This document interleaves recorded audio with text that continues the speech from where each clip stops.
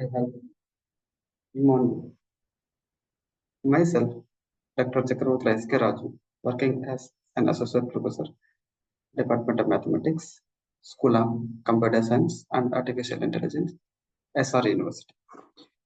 Today, we will be discussing about to the discrete mathematics course that is offered by SR University. So here, the content of the course, it has 310, meaning that 3 lectures and 1 recitation per week. So the total credits allotted for this course is 3.5.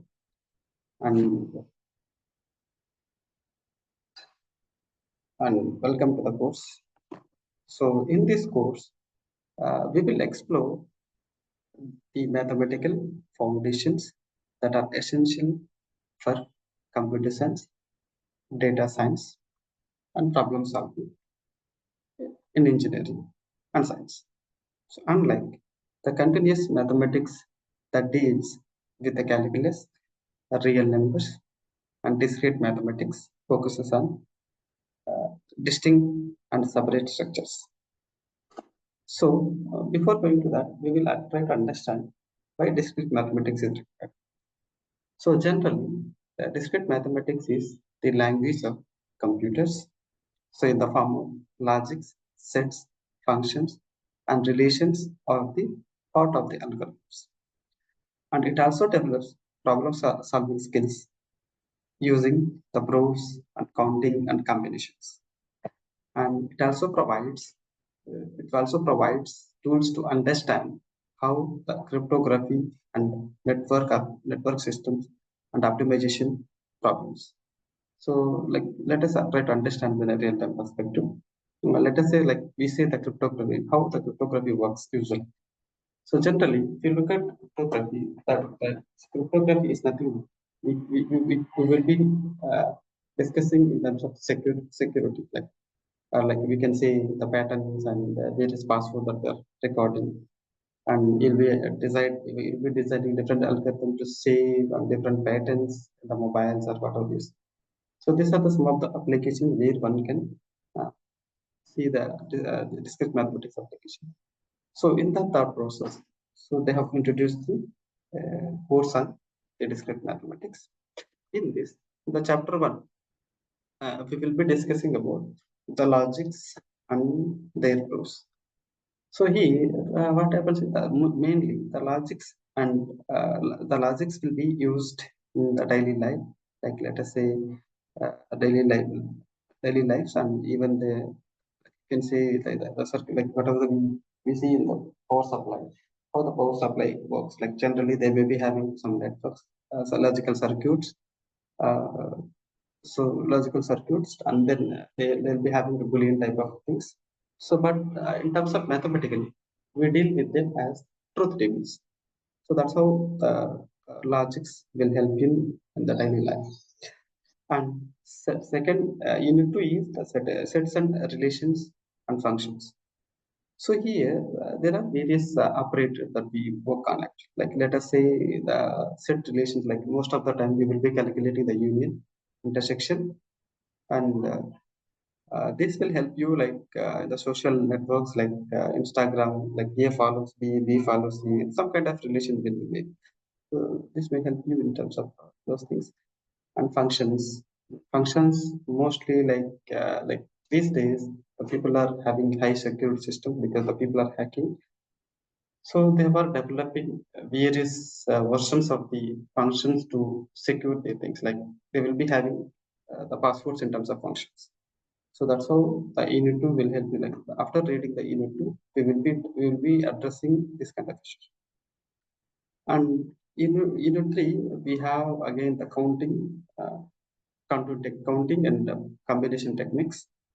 So as we know, so like if you want to understand the possibilities for different systems, and the combinations and permutations always will help us to to give the password, like how many possible outcomes will come from the particular combination of the letters and particular word.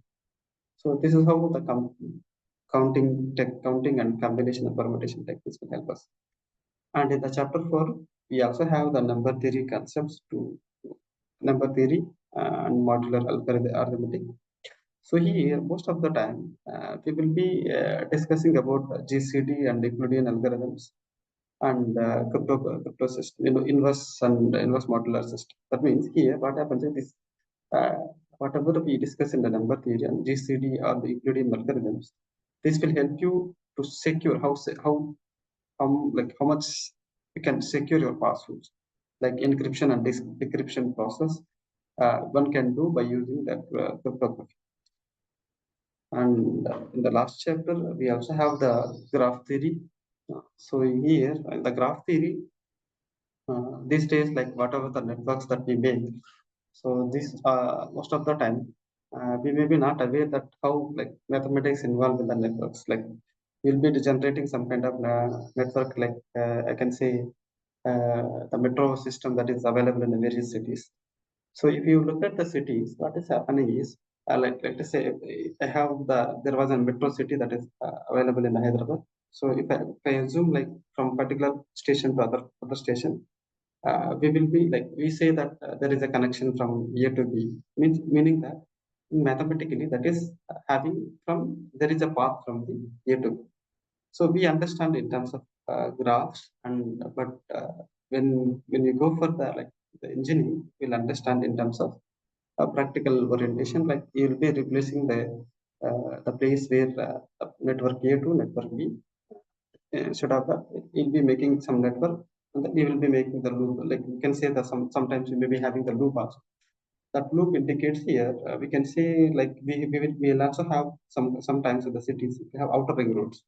So that outer ring roads comes under the looping things, because the same place you'll be coming from the other outer ring road, and then I will be reaching the same place, and then you'll be moving back other roads. So that's how one can generate like the various things.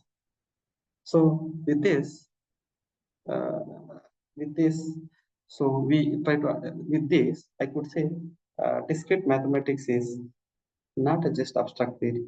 It is the mathematics that makes computers, networks, and modern digital life possible. By the end of this course, we will not only master master in the proofs and also problem solving, but also how mathematics powers the technology you see every day. Thank you.